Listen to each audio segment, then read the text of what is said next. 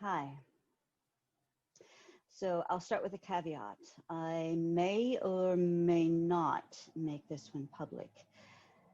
I just came off of a rather intense EMDR session, and it brought up a lot of stuff, and I thought maybe I would share some of it. It's kind of fresh, and we'll see. We'll see what comes out of me, and we'll see if I feel comfortable sharing it. Still trying to catch my breath from this. It was a doozy. Yeah, it was a doozy. And yeah, sorry about this whole hair thing. A friend of mine is trying to convince me that I should grow out my bangs, that it would be, I don't know, it would transform my life in ways I can't even imagine. But right now, what it's doing is kind of rendering me blind. So I've got like one eye. So I don't know. I guess being a cyclops is an incredibly transformative experience. But anyway, too funny. So the Zoom session, the EMDR session. For those who are kind of unfamiliar with EMDR, I've said this before, and I always bungle the acronym, but EMDR stands for, if I can get this right, eye movement desensitization. The R escapes me. What the heck is the R?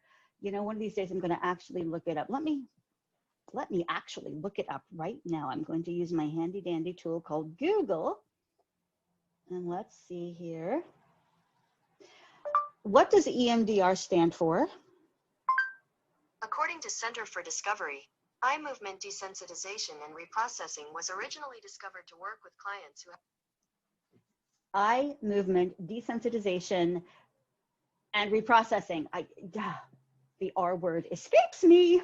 Anyway, yeah, that's what EMDR stands for. And it works with incorporating the right brain and the left brain. So there's usually something that causes you to go from right to left.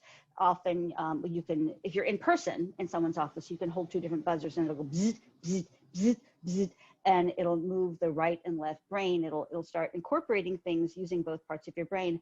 What I do, because these are remote Zoom sessions with my therapist, is this green dot about, I don't know, that big, shows up on the screen, and it goes boom, boom, boom, boom, boom, boom, and there's the optional bloop, bloop when it hits the wall.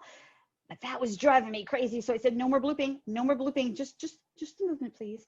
So it's this kind of soft aqua green color, and it goes all the way across, and if I soft focus it, I can almost sort of see an aura. And the idea is to think the thought or feel the feeling that's heavy, that's weighty, that needs to be reprogrammed. And this incorporates the right and left brain as you go back and forth, right and left. And I don't know, it does some manner of magic that makes the thing okay. I mean, I don't know how it works, but it's just supposed to work, and I'm trusting that it's working because, yes, things are working. And today was particularly effective. So without divulging too many details that are not just my own stuff, I've been working on healing aspects of my past that need closure. So this would be the resolution of some issues in a former relationship upon which I've already done a lot of work, but there was something troubling to me. There had been some deception, some betrayal, and some gaslighting, and some reframing of experiential reality in such a way that it was kicking up some of my old stories, the old stories of, oh, people have this story of me, this vision of me, and they're telling themselves and others this story of me, and it doesn't fit me, but there's nothing I can do about that but to let go and let it be. Like, you want to tell the story about me? that doesn't fit me, take a number, tell your story. Okay. Okay. Meanwhile, I'll do my own work about what that kicks up. So I was asked to feel that feeling and watch the green dot do the bloop bloop without the bloop bloop part, and to see what comes up. And I pretty quickly became aware that this feeling of disequilibrium, this sense of hearing something said to me that didn't resonate within me as truth, and trying to make that okay, and having to betray myself in order to be okay with what was being presented to me. And that whole thing of betraying myself is really the issue, the not trusting my own intuition, not being aligned with my own sense of what I know to be true for me was really the problem, because that's what I live with. I'm not living with somebody else's, what other people think of me, believe about me, is really none of my business. As shocking as that can be the first time you hear such a thing, it's actually very liberating. So yeah, anyway, I watched the green dot do its thing, and I focused on that thought, the frustration, the feeling of disequilibrium, and I started to realize, oh my gosh, that's what's behind the vertigo. This feeling of the rug being pulled out from underneath me, this sense of my life is topsy-turvy, everything's twisting and turning, I don't know right from up, right from left, up from down. I do know right from up. And just all of that feeling of being knocked off my feet. And then I could visualize a scene of trying to resolve conflict in conversation and being frustrated that I could not do anything about it, and just feeling spinning, like my world was spinning, like what the hell happened here? And I feel crazy. I don't know what's what. I don't even know what words are being used. This doesn't make sense. I used to be really, really, really good at resolving conflict, and I don't recognize myself. And that was, God, that was hard. So focusing on that feeling. And then as I continued focusing on the feeling, I saw this person who is bigger than me, because, okay, everybody's bigger than me. I'm the size of a 12-year-old. I should not be behind airbags while I'm driving, all of that. But this person who in reality is bigger than me, I could see this person shrinking down into this small version. And they were repeating what they were saying to me, but it was like a faraway little voice. And it didn't have any impact against what I know within my being to be my truth. And I was distant from that. So that was an internal shift. And then it got interesting, because I could then see this person as a child, as a small child. And I could feel the pain of this person as a child, not feeling loved, not feeling accepted, wanting love so badly and not knowing how to get it and not being able to get it.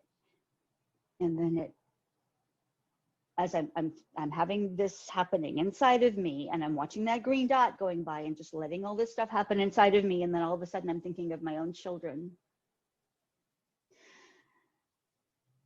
and the ones who feel and believe that they weren't loved. And then I'm feeling my own father as a little boy who was so emotional and so outgoing and expressive as a little boy, but he shut down when he saw his own brothers getting in trouble, severely punished, and he learned to repress all of his emotions to save himself. And he became the man who raised me, a very emotional little girl who was constantly getting shut down, and I didn't feel love. That me, that little real authentic me who was expressive and emotive, I didn't feel accepted and loved. And then I just started seeing, I mean, it spread. It was like I could see all of humanity, each person wanting so badly to be accepted and loved as they are, but not getting that. And the pain that each person carries around, either consciously or unconsciously, about not feeling accepted and loved for who they are, and how that's the core of all the problems we have within ourselves, the stuff that haunts us when we wake up in the wee hours of the morning and we're terrified and we feel alone and we don't feel loved. We don't feel that sense of being held, being loved. I mean, yes, we can find that. I can find that at times, but there are times when it's elusive and it's terrifying. That core sense of, I'm not loved as I am, and I don't know what to do about it. And it happens in interpersonal relationships, and it happens in corporations, and it happens in families, and it happens in groups, and it happens in countries that are divided against each other, and countries that go to war against each other. Not feeling loved is the core thing that hurts all of us. And in the middle of this EMDR session, watching this green dot do its bloopy thing, I broke. It wrecked me. And I was waiting for the resolution to come, like that thing in this session that rises up, that bubbles up and goes, oh, here's the solution. And I'm waiting and I'm waiting and I'm waiting. And it didn't come. Because there isn't a resolution for that. I mean, there is, in the sense that each of us needs to ask, what's my part in resolving this lack of love problem? What are the ways in which I personally, because it starts at home, y'all. We cannot export what we do not have at home. You can't fake it till you make it when it comes to love. And my question to me is, what are the ways in which I am personally blocking myself from receiving, having, being love? Is it Rumi? Love is not something, our job, that's it. Our task is not to seek after love. Our task is to remove all barriers preventing us from being and receiving love. I have to first kind of know, at least on some level, that I am love.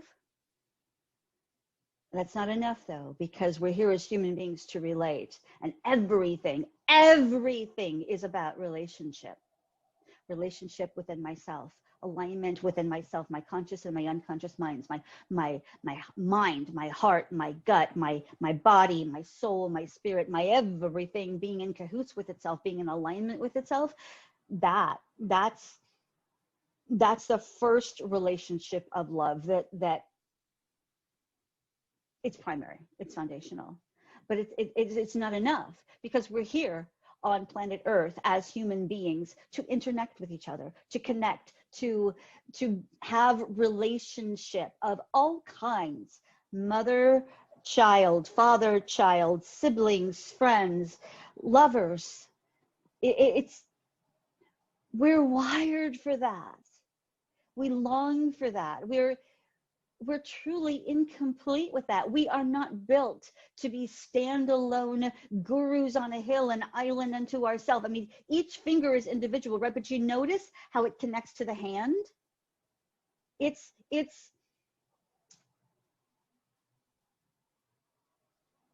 in shamanism, there's a word, and it used to make me laugh when I first heard it. The word is Aini. And like I said, I'm the size of a 12-year-old, and sometimes I have the juvenile humor of a 12-year-old. But I heard Aini, and I had to giggle right in the middle of shaman training class because I heard Heini. And our director was talking about sacred Aini, and I kept hearing sacred Heini. oh, see, I should not be allowed unsupervised in public. But anyway, yeah. And Aini means sacred reciprocity. It means to be in perfect, which means complete, not like perfect in our weird definition of perfect, but in the sense of completion. Aini is to be in sacred reciprocity, perfect alignment, perfect harmony with all that is, everything within myself, between me and another, between me and all others, between me and the planet, between me and the cosmos. It's Aini. We are, it's all about Aini, y'all. I will never be taken seriously on that topic. I'm sorry. My apologies. But it is really all about relationship, and we are here to love and be loved. And we have so many safeguards, so many protective layers, so many ways in which we insulate ourselves, because as much as we ache and long to be seen and accepted and loved, we are terrified that we won't be, or that having received that, we'll lose it. Love is the biggest risk there is. Do it anyway. We have to do it anyway. Because the price of isolation, the price of independence versus interdependence is really high.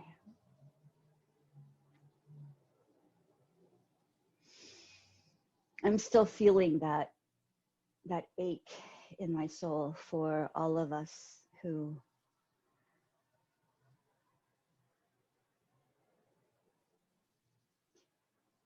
didn't feel loved and accepted the way we needed to be when we were small and vulnerable.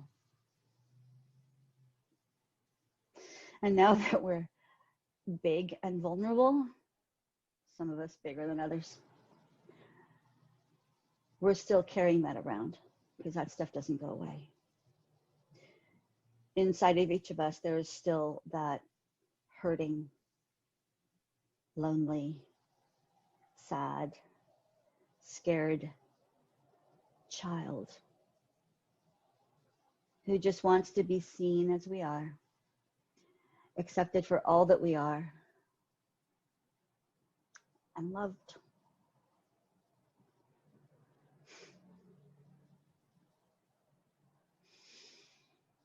I'm willing to do my part. I'm willing to do the work that's required to remove the barriers between me and the love that I want to both give and receive.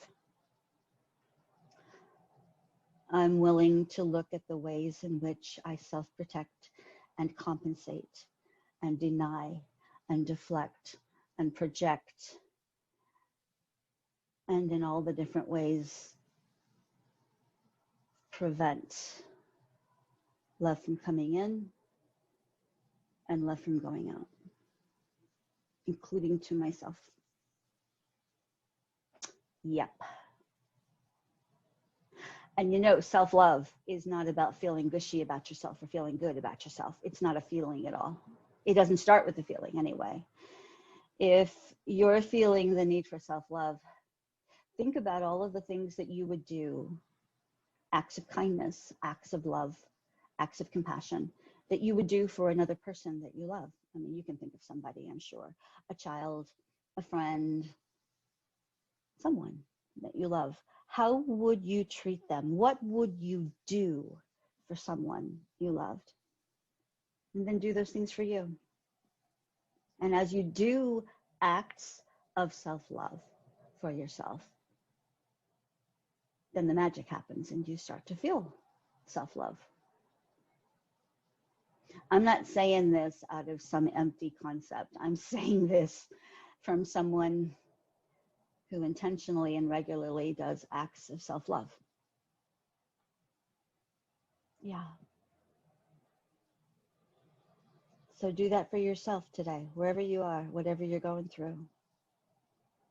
Love yourself where you are. Give yourself compassion. Cut yourself a break.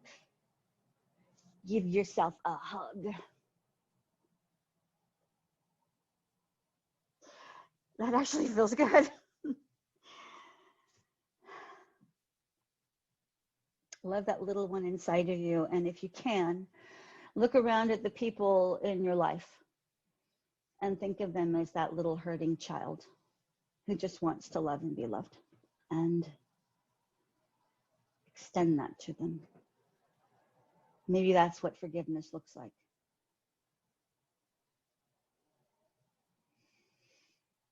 I don't think I did my EMDR session a true service, but I hope I tapped into it a little bit, and I hope this was good for somebody somewhere. Maybe it's just good for me to get in front of this camera and imagine that I'm connecting to another human and saying the things that are on my mind and on my heart, and that somebody can receive me, somebody can hear me, somebody can feel some love. Yeah. The other day, I was driving and I got cut off. Was it yesterday? Yeah. I went to the dentist yesterday. And it occurred to me that I have never once ever flipped anyone off. I mean, I can do this, and I can even do, hold on, this, live long and prosper. I don't even want to do it right now. I don't know the mechanics of flipping the bird. Yeah, so I think I'm kind of glad I don't know how, that I'm not well practiced, that my fingers don't know how to do that automatically, but I can do this. Yeah, it stands for I love you. So I love me. I love all y'all. I love you.